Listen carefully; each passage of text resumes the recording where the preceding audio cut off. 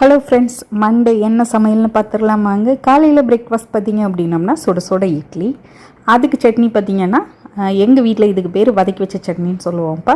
அதாவது எல்லாமே வணக்கிட்டு கிரைண்டரில் போட்டு அரைக்கிறது தான், வேறு ஒன்றும் இல்லை. ஆனால் இதில் இஞ்சியோட ஃப்ளேவர் வந்து கொஞ்சம் ஜாஸ்தியாக இருக்கும், டேஸ்ட்டுமே ரொம்ப சூப்பராக இருக்கும். மத்தியானம் லன்ச் மெனு என்னென்னு பார்த்துடலாமாங்க. சுட சுட சோறு, அடுத்தது வந்து குழம்பு பார்த்திங்க அப்படின்னு சொன்னோன்னா இன்றைக்கி கத்திரிக்காய் புளிக்குழம்பு. அது அந்த கத்திரிக்காவை பார்த்திங்க அப்படின்னம்னா கட் பண்ணி போடாமல் இந்த மாதிரி முழுசாக நல்ல எண்ணெயில் வதக்கிட்டு செய்யும்போது இதோட டேஸ்ட் வந்து பார்த்திங்கன்னா ரொம்பவே சூப்பராக இருக்கும். பொரியல் வந்து இன்றைக்கி காய் பொரியல் எதுவும் செய்யலை, முட்டை பொரியலாக செஞ்சாச்சு. ஸோ முட்டை பொரியல்.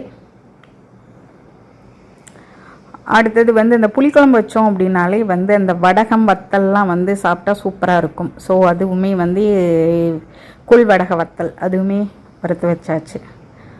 அடுத்தது வந்து எப்பவும் போல் தயிர். ஸோ இதுதான் வந்து இன்றைக்கான லன்ச் மெனு. இந்த மெனு உங்களுக்கு ஓகே அப்படின்னு சொன்னால் கண்டிப்பாக வீடியோவுக்கு ஒரு லைக் கொடுக்க மறந்துடாதீங்க.